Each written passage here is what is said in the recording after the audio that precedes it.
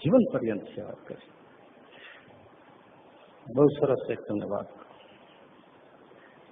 શાહબુદ્દીનભાઈ રાઠોડ અહીંયા આવ્યા હતા ત્યાં અમે બેસતા હોય.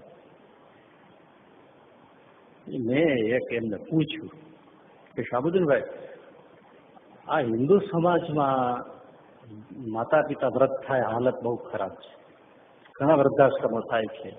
બિચારા 2-2, 3-3, 4-4 દીકરા હોય તોય તરછોડી દે અને પછી વૃદ્ધાશ્રમમાં દારૂણ સ્થિતિમાં જીવતા હોય. પણ મુસ્લિમ સમાજમાં એક પણ વૃદ્ધાશ્રમ નથી. ખબર છે તમને? એક પણ મુસ્લિમ માતા પિતા તમને ભટકતો નહીં દેખાય. ગરીબમાં ગરીબ પરિવાર હશે તો મા બાપની અંતિમ શ્વાસ સુધી સેવા કરે છે. વિચાર કરો, આ તો ગાળો જ દેવી છે. ખાલી સારું તો લ્યો. એની જે ખુદા તાલામાં વિશ્વાસ છે, બંદગીમાં શ્રદ્ધા છે, 5 નમાઝ પઢવાની જે ટેક છે, કુરાન પ્રત્યે માથું તોડી નાખે એવી જે શ્રદ્ધા છે, આપણને કયા શાસ્ત્રમાં ને કઈ બાબતમાં એટલો વિશ્વાસ છે ને શ્રદ્ધા છે? 5 માનસી પૂજા નથી થતી, સવાર પૂજા નથી થતી, સાંજે આરતીમાં આવવાતું નથી. અને તમે જો 1 વાગ્યા હોય તો એ તરત ફટ બધું મૂકીને નમાઝ પઢવા નીકળી જાય મુસ્લિમ બિરાદર. સારું તો શીખવું જોઈએ ને. એમણે મને સરસ વાત કરી કે અમારા ઇસ્લામ ધર્મના પાયામાં એક કથા છે. હજરત મૂસા ફર્સ્ટ ફાઉન્ડર થયા.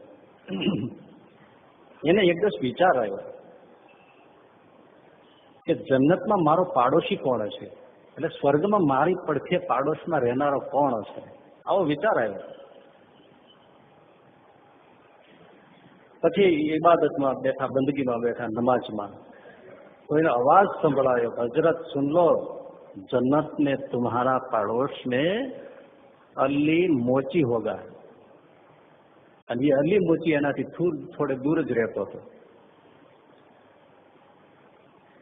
એના તરત બંદગી નમાઝ પૂરી કરી અને તરત જ અલી મોચીને ખોળવા નીકળ્યા. એનું ઘર મળ્યું. આ જોયું તો એક દ્રશ્ય દેખાયું. એકદમ પથારી વર્ષ એની વૃદ્ધ માતા, એની પડખે આ અલી મોચી બેઠો છે. માથે માના ઉપર હાથ ફેરવતો જાય છે માથા ઉપર, અને કટોરી છે, અને કટોરીમાં રૂનું કુંબળી બોળી બોળી અને ઘૂંટડે ઘૂંટડે પણ માં દૂધ પી શકે એમ નથી, એટલે એમાં રૂનું પોતું બોળી અને એના માતાને મુખમાં ટીપા પાડે દૂધના. જો માં પીઓ. આવી રીતે એક કટોરો દૂધ પાયો. હજરત મૂસા જોયા રાખે, દૂધ પી લીધું. કેટલી વાર લાગી છે દૂધ પીધા એક કટોરો. પછી એ વૃદ્ધ માં બોલ્યા, બેટા અલી, તે મારી બહુ સેવા કરી. જ્યાં હું તને આશીર્વાદ દઉં છું કે જન્નતમાં તારો પાડોશમાં હજરત મૂસા હશે. એ શું? અને હજરત મૂસાને સમજાવી.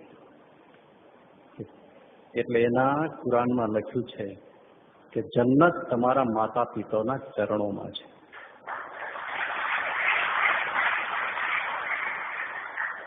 એટલે હરેક મુસ્લિમ એના માતા પિતાને પાળે પોષે છે. બોલો, એક પણ વૃદ્ધાશ્રમ ના મળે. પછી તમે છૂટા પડ્યા. આજે હું તમને બીજી